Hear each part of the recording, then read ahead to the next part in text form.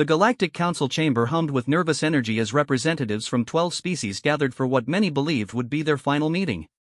Admiral Zexthera of the Keruvian Empire stood at the central podium, her crystalline features reflecting the holographic displays that showed the devastating advance of the Voidborn across 17 star systems. Fellow beings, Zexthera began, her voice carrying the weight of impending doom, the situation has deteriorated beyond our worst projections. The Voidborn fleet has consumed the Tertian colonies, completely stripped 3 mining worlds of all organic matter, and their bioships continue to multiply exponentially. Ambassador Hulrich of the Centauri Federation shifted his massive frame, causing the reinforced chair to creak ominously. His species had survived countless wars through their incredible physical strength and tactical prowess, yet even they seem diminished by recent events. Our combined fleets have engaged them 7 times. Each engagement results in total annihilation of our forces while their numbers somehow increase. The holographic display shifted to show the latest battle footage. Sleek Keruvian warships fired their plasma cannons into writhing masses of organic spacecraft that look more like giant parasites than military vessels. The Voidborn ships absorbed the energy attacks, growing visibly larger before releasing clouds of smaller biofighters that swarmed over the defending fleet like antibodies attacking an infection. Dr. Millikan, the sole human representative, sat quietly in her modest chair, reviewing data on her tablet. Her unremarkable appearance often led other species to underestimate her contributions to the Council. Where other races had sent military leaders or diplomats, Earth had chosen to send a xenobiologist and former military strategist. The mathematical progression is clear, continued Zexthera. At their current expansion rate, the Voidborn will reach the core worlds within 48 standard hours. Our evacuation protocols can save perhaps 30% of our combined populations. Whispers of despair echoed through the chamber. The ethereal collective's representative, a being of pure energy contained within a crystalline housing, pulsed with dim, defeated colors. Our psychic attacks prove useless. These creatures exist outside conventional consciousness. They feel no pain, no fear, no hesitation. Ambassador Hulrich slammed his fist on the table, cracking the reinforced surface. Then, we make our final stand at the nexus point. Let them remember that we did not go quietly into extinction. Dr. Millikan finally looked up from her tablet. If I may suggest an alternative approach? The chamber fell silent. Despite her species' recent addition to the Galactic Council, something in her calm demeanor commanded attention. Dr. Millikan, Zexthera acknowledged with barely concealed impatience, while we appreciate Earth's theoretical contributions to our scientific understanding, this situation requires immediate military action, not academic discussion. I understand the urgency, Dr. Millikan replied evenly. However, I believe you're approaching this problem incorrectly. You're treating the Voidborn as a conventional military threat when they're actually an ecological one. General Krextor of the Draconian hegemony ruffled his feathered wings dismissively. Ecology? These monsters devour entire worlds and convert organic matter into weapons. What ecological principle could possibly apply to such abominations? Dr. Millikan activated her own holographic display, showing detailed biological scans of captured Voidborn tissue. Every biological system, no matter how aggressive, has natural limitations and vulnerabilities. The Voidborn reproduce rapidly and consume voraciously because they're following an R-selected reproductive strategy. They sacrifice individual survival for maximum population growth. Meaning what, exactly? Ambassador Hulrich demanded. Meaning they're optimized for expansion, not for survival under pressure. Like any invasive species, they've succeeded because they haven't encountered significant resistance that exploits their weaknesses. Dr. Millikan manipulated the display to highlight cellular structures. Look at these metabolic pathways. They're incredibly efficient at converting organic matter to energy, but they're also incredibly vulnerable to metabolic disruption. Zexthera's crystalline features reflected skepticism. Our biochemists have analyzed these samples extensively. We found no practical weaknesses that could be exploited by conventional weapons. Because you were looking for conventional weaknesses, Dr. Millikan continued. The Voidborn are essentially a biological machine optimized for one function, consumption and reproduction. But machines can be hacked, and biological systems can be poisoned in very specific ways. She brought up another display showing Earth's historical data. My species has extensive experience with invasive biological threats. We've dealt with everything from agricultural pests that could destroy our food supply to viral outbreaks that threatened our civilization. We learned that the most successful solutions often involve turning the invasive species' strengths against them. The chamber remained silent, though several representatives leaned forward with interest. Dr. Millikan continued, "The Voidborn's rapid reproduction requires enormous energy expenditure. They've succeeded because they can harvest that energy faster than they consume it. But what if we could disrupt that balance?" "How?" General Krextor asked, his dismissive tone replaced by genuine curiosity. "We poison their food supply with something that appears nutritious but is actually toxic to their specific biology. Something that would spread through their reproductive system and cause cascading failures in their metabolic processes." Ambassador Hulrich's eyes widened. "You're talking about biological warfare on an unprecedented scale." "I'm talking about pest control," Dr. Millikan corrected. "Earth has protocols for dealing with invasive species that threaten entire ecosystems. The scale is larger, but the principle is identical." Zexthera processed this information, her crystalline features shifting through various colors as she calculated possibilities. "Even if such a biological agent could be developed, how would you deploy it? The Voidborn don't exactly sit still for chemical attacks." "We don't attack them directly," Dr. Millikan replied. "We bait them. We create irresistible targets laden with the biological agent and let their own feeding behavior do the work for us." "Explain," the ethereal collective's representative pulsed. Dr. Millikan stood and moved to the central display. "The Voidborn prioritize high-energy organic targets. They've consistently attacked populated worlds while ignoring barren planets with minimal life signs. We create artificial targets that register as incredibly rich biological sources, deploy them in strategic locations, and wait for them to feed." "And if this plan fails?" Ambassador Hulrich asked. "Then, we're no worse off than we are now," Dr. Millikan answered honestly. "But if it succeeds, we could potentially eliminate the entire Voidborn collective within hours of initial exposure." The silence that followed was pregnant with possibility. For the first time since the Voidborn appeared, someone had offered a plan that didn't involve massive casualties and strategic retreat. General Krextor spoke first. "What would you need to implement this strategy?" "Time, resources, and access to Earth's biological warfare research archives," Dr. Millikan replied. "My government has already authorized full disclosure of our relevant research to allied species in extreme circumstances. This certainly qualifies." Zexthera looked around the chamber, reading the expressions of hope that had replaced despair. "How long would you need to develop this biological agent?" "The basic compound exists in our research databases.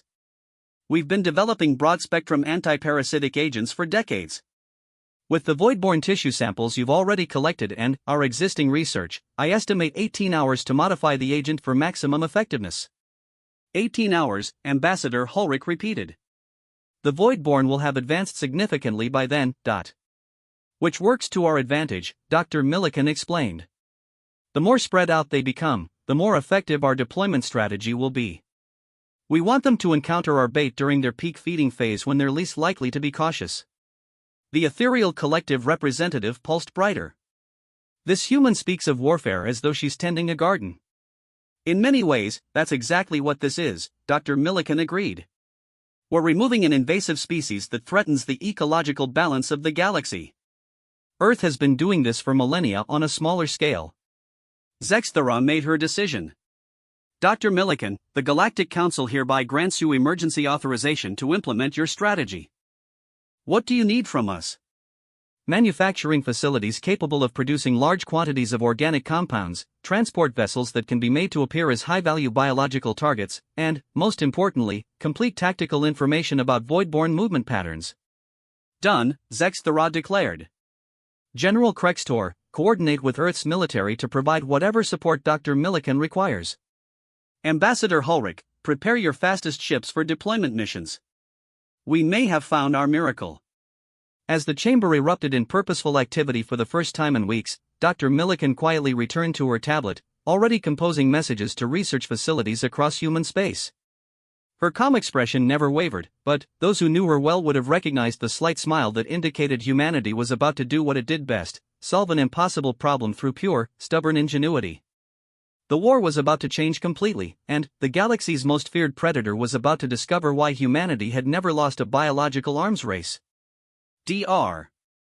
Sarah Chen bent over the molecular synthesizer in Laboratory 7 aboard the Earth science vessel Prometheus, her hands moving with practiced precision as she calibrated the final parameters for what would either save the galaxy or doom it.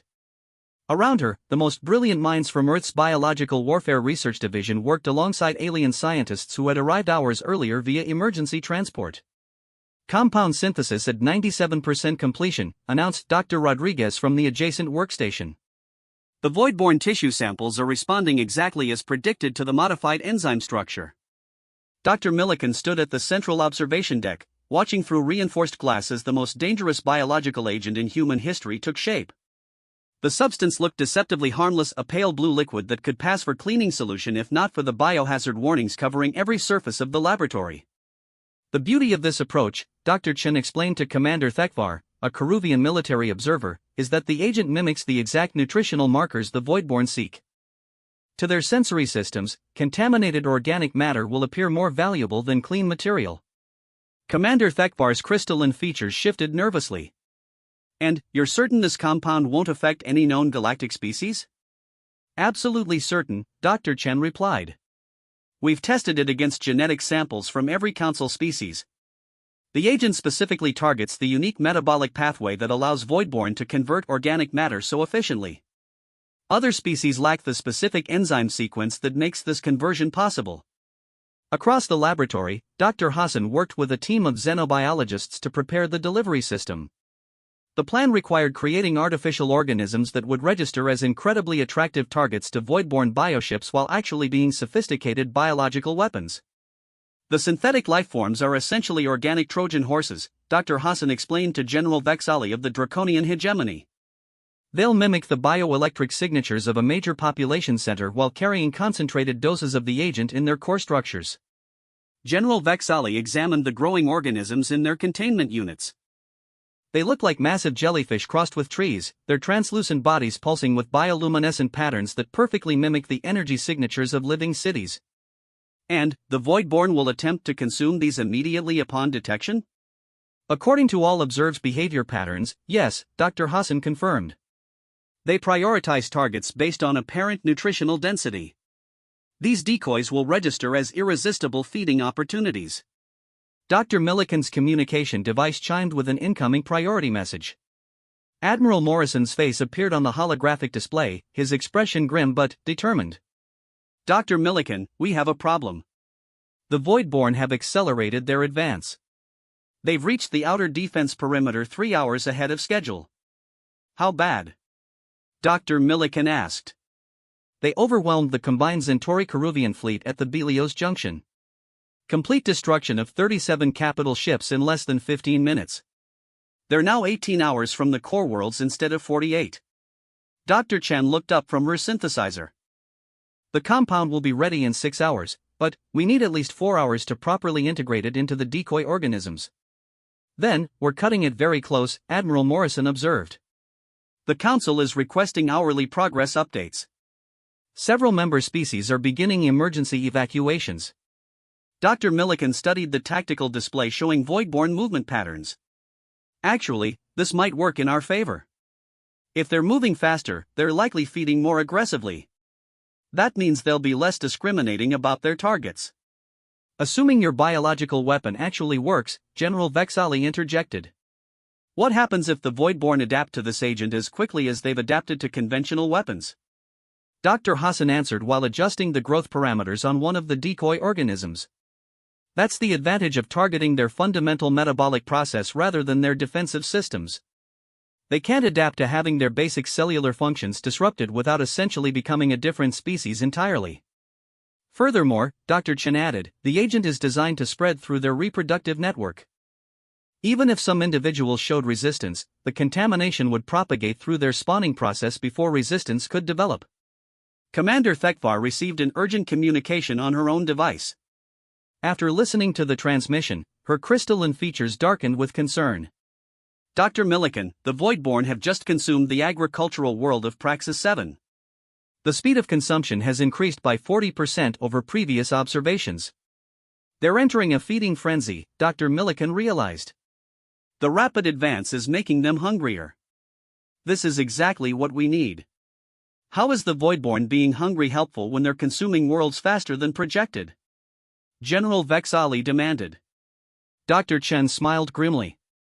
Because hungry predators make mistakes. They become less cautious and more likely to consume anything that appears nutritious. Our decoys will be irresistible to organisms in that state. The laboratory's main display activated, showing real-time footage from the front lines. Voidborn bioships had grown noticeably larger since the first encounters, their organic hulls swollen with consumed matter. Smaller vessels spawned continuously from the larger ones, creating an ever-expanding cloud of living destruction that moved through space like a cosmic plague. My God, Dr. Rodriguez whispered, they're reproducing even faster than our initial calculations suggested. Dr. Millikan studied the images with clinical detachment. Which means our countermeasure will propagate through their population more rapidly as well. Dr. Chen, can we increase the agent's concentration without risking instability? I can push it to 115% of the base formula, Dr. Chen replied. Beyond that, the compound becomes unpredictable. Do it, Dr. Millikan ordered. Dr. Hassan, how many decoy organisms can we deploy with current resources? 73 fully mature units, plus another 46 that will complete development during deployment. Dr. Hassan checked his calculations. That should provide adequate coverage for all major Voidborn approach vectors. Admiral Morrison's image flickered as emergency transmissions flooded the communication networks. Dr. Millikan, the Council is requesting immediate evacuation of all research personnel. The Voidborn have just broken through the secondary defense line. How much time do we have? Dr. Millikan asked. 12 hours until they reach striking distance of inhabited systems. Dr. Chen looked up from her synthesizer. We can have the enhanced compound ready in 4 hours. Integration into the decoys will take another 3 hours maximum. That gives us 5 hours for deployment before the Voidborn arrive, Dr. Hassan calculated. It's cutting it extremely close. Then, we work faster, Dr. Millikan declared. Admiral Morrison, please inform the Council that evacuation of research personnel is postponed. We're staying until the job is finished. General Vexali spread his wings in a gesture of respect. Your species continues to amaze me. You're gambling the future of the galaxy on an untested biological agent, and you speak as though failure isn't an option. For humans, failure is always an option, Dr. Millikan replied. We just refuse to choose it when the stakes are this high. The laboratory erupted in purposeful activity as every member of the team pushed their equipment to maximum capacity. Synthesis rates increased beyond recommended safety parameters. Growth acceleration for the decoy organisms exceeded all previous records. Safety protocols were streamlined to essential minimums. Dr. Chen worked with the focused intensity that had made her humanity's leading expert on biological warfare. Each adjustment to the compound's molecular structure brought them closer to either salvation or catastrophe. The pale blue liquid that flowed through the synthesis apparatus represented years of research compressed into hours of desperate innovation. Synthesis complete, Dr. Chen announced. The enhanced biological agent is ready for integration. Dr. Hassan began the delicate process of introducing the compound into the decoy organism's core structures. The synthetic lifeforms absorbed the agent eagerly, their bioluminescent patterns growing brighter as the lethal payload integrated with their biological systems. Integration successful on the first batch, Dr. Hassan reported. The decoys are maintaining perfect mimicry of high-value organic targets while carrying maximum concentrations of the agent. Commander Thekvar monitored the tactical situation from her communications station. The Voidborn Vanguard has just entered sensor range of the outer colonies. Their bioships are now confirmed to be 30% larger than initial encounters. Perfect, Dr. Millikan said with grim satisfaction. The larger they are, the more of our agent they'll absorb when they feed.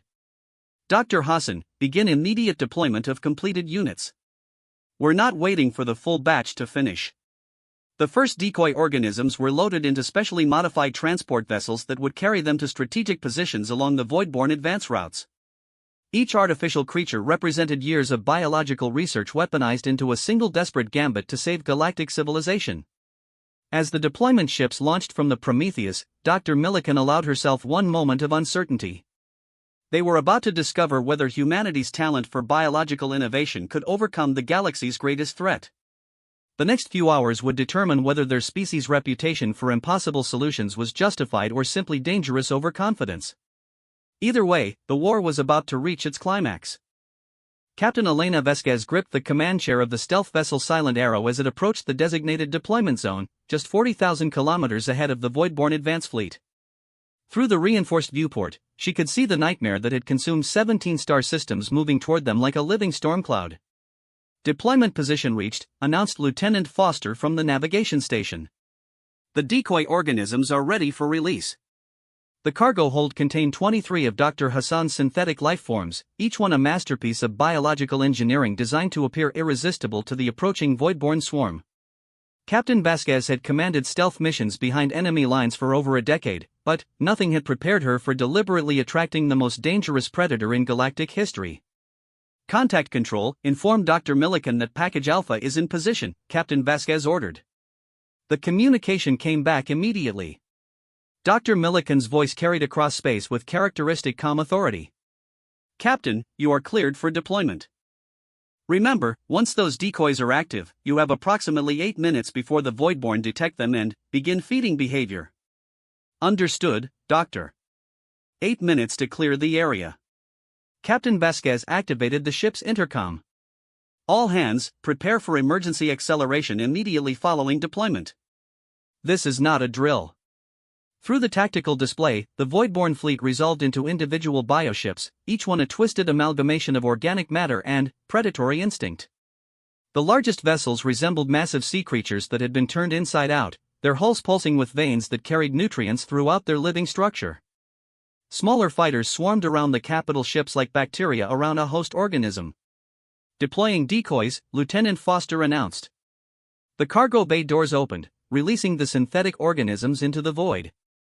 The artificial life forms immediately began broadcasting their biological signatures, creating false readings that indicated massive concentrations of organic matter ripe for consumption.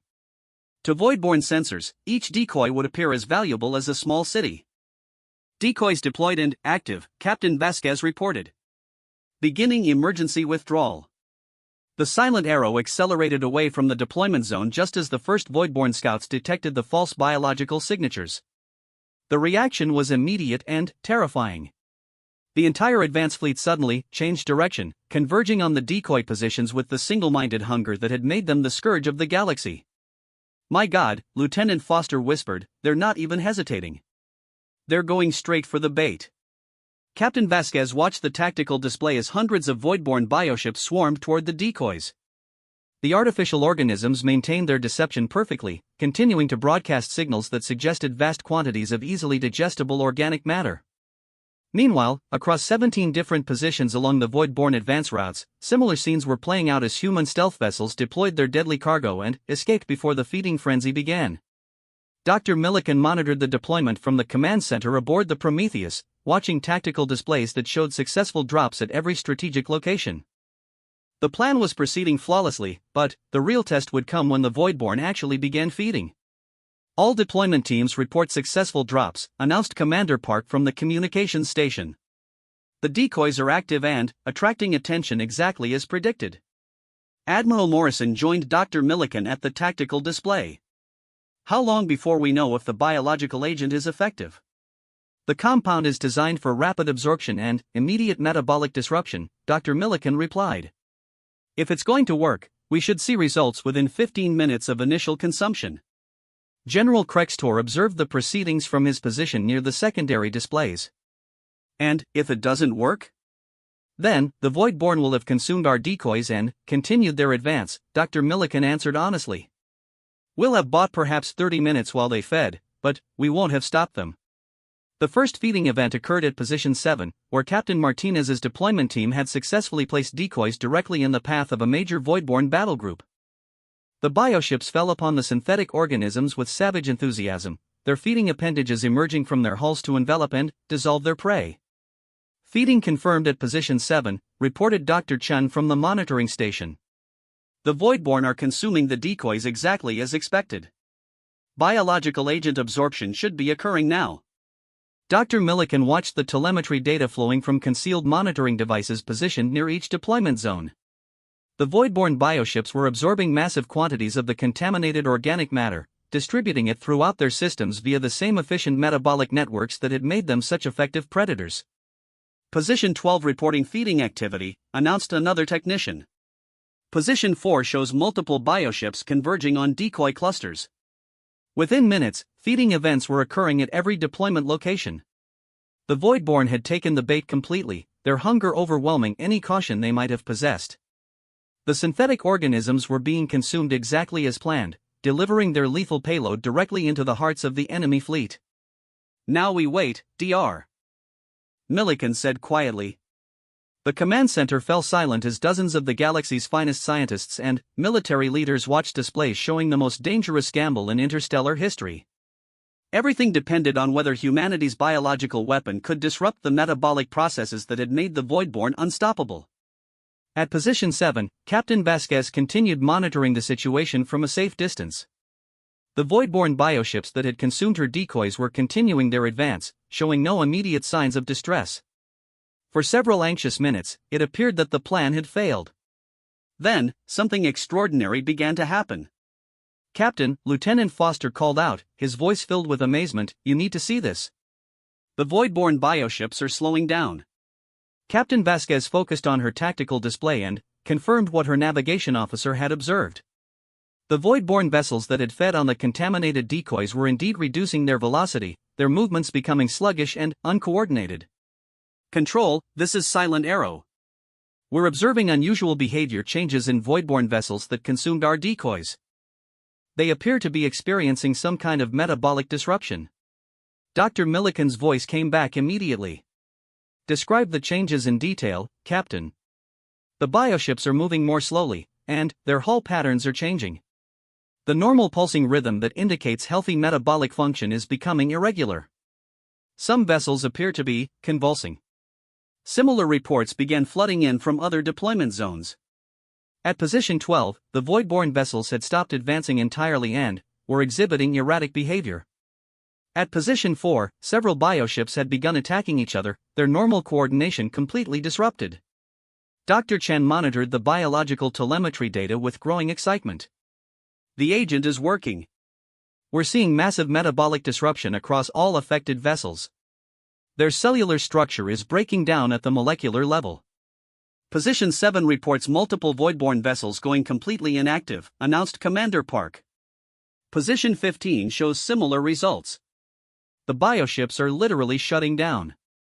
Dr. Millikan allowed herself a moment of cautious optimism.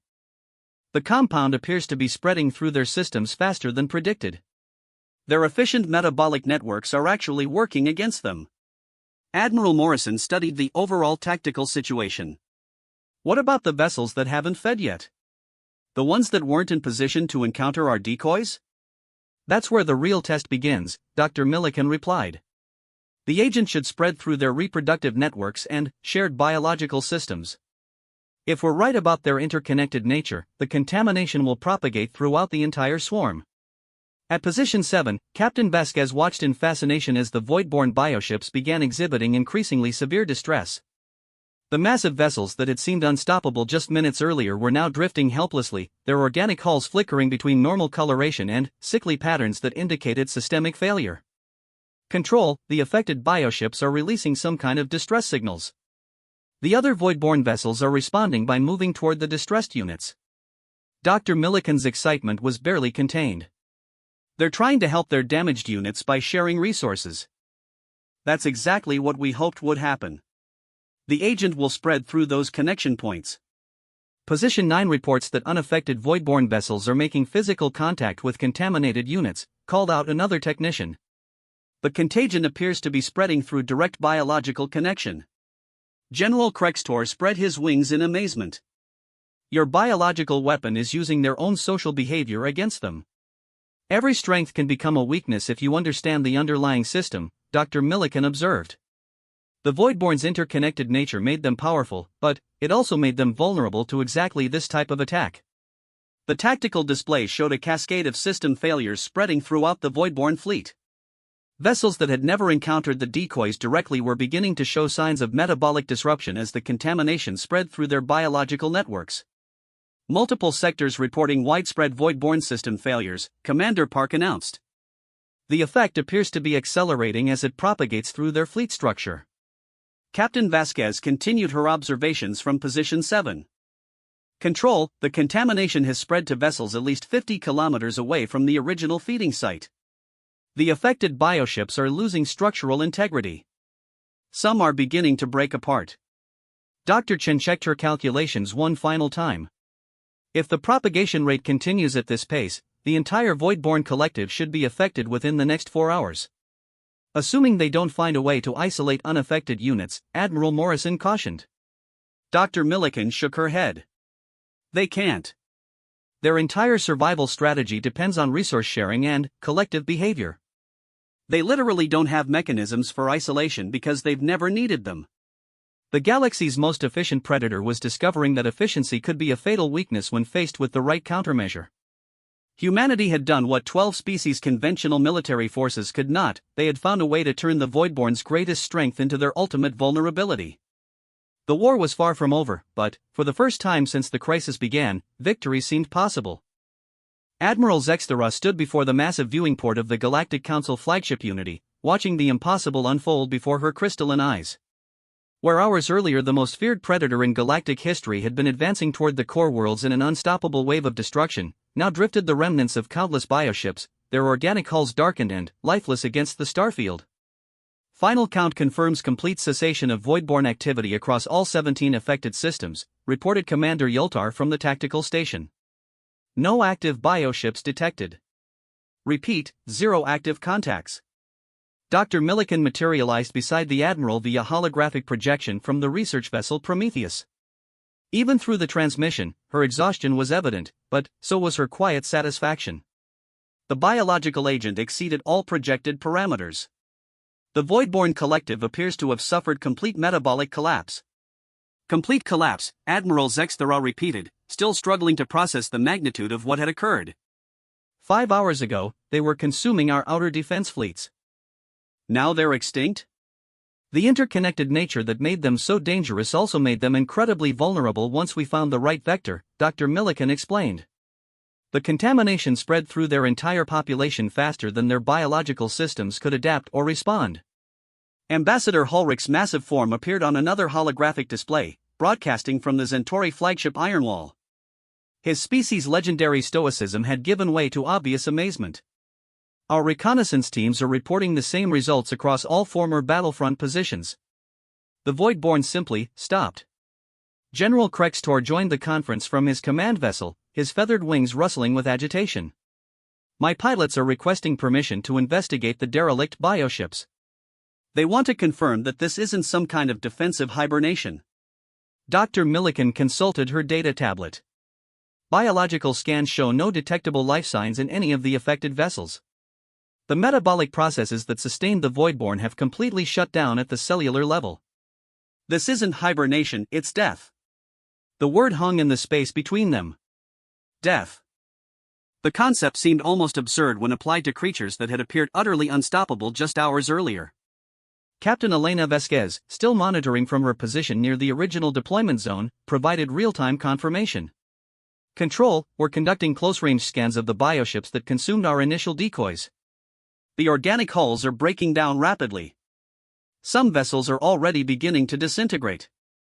The agent continues to break down their cellular structure even after death, Dr. Chen added from the research vessel. We designed it to ensure complete elimination of the threat, including any potential for regeneration from surviving tissue. Admiral Morrison appeared on the conference channel, his weathered face showing relief for the first time in weeks. All human deployment teams report successful mission completion. Every decoy package was delivered and consumed as planned. The biological weapon performed exactly as Dr. Milliken predicted. Ambassador Hulrich shook his massive head slowly. When Dr. Milliken first proposed this strategy, I thought she was describing fantasy. Defeating the Voidborn through biological warfare seemed impossible. Not impossible, Dr. Milliken corrected gently. Just unconventional. My species has been fighting biological threats for millennia. We've learned that the most effective solutions often involve understanding your enemy's nature rather than simply applying superior force. The ethereal collective's representative joined the conference, its crystalline housing pulsing with colors that indicated profound gratitude. The human approach to this crisis demonstrates a perspective that our species had not considered. You saw the Voidborn as an invasive species rather than an invincible enemy. That's exactly what they were, Dr. Millikan replied. An invasive species that had never encountered effective biological countermeasures. They succeeded because they operated outside the experience of most galactic civilizations, but Earth has extensive experience with exactly this type of threat. General Krextor received updated reports from his reconnaissance units. Our pilots confirm that the bioships are structurally collapsing. Whatever this biological agent does to them, it continues working even after their death. There's no possibility of recovery or regeneration. Dr. Millikan nodded. We designed the compound specifically to prevent any possibility of survival or adaptation. The Voidborn's rapid reproduction and efficient metabolism became fatal vulnerabilities when exposed to the right biological toxin. Admiral Zexthera processed the tactical implications. In 5 hours, humanity has accomplished what our combined fleets could not achieve in weeks of conventional warfare. You've eliminated an existential threat to galactic civilization using methods we never considered. We used the methods that made sense for the specific enemy we were facing, Dr. Millikan clarified. The Voidborn were a biological threat, so we responded with biological solutions. Earth has extensive research in this area because we faced similar challenges on our own world. Commander Yultar looked up from his analysis station. Admiral, we're receiving priority communications from all liberated systems. Populations that began evacuation procedures are requesting permission to return to their homeworlds. Granted, Admiral Zexthera declared.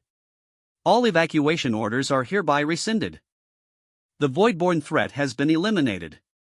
Dr. Hassan joined the conference from the research vessel's biology laboratory.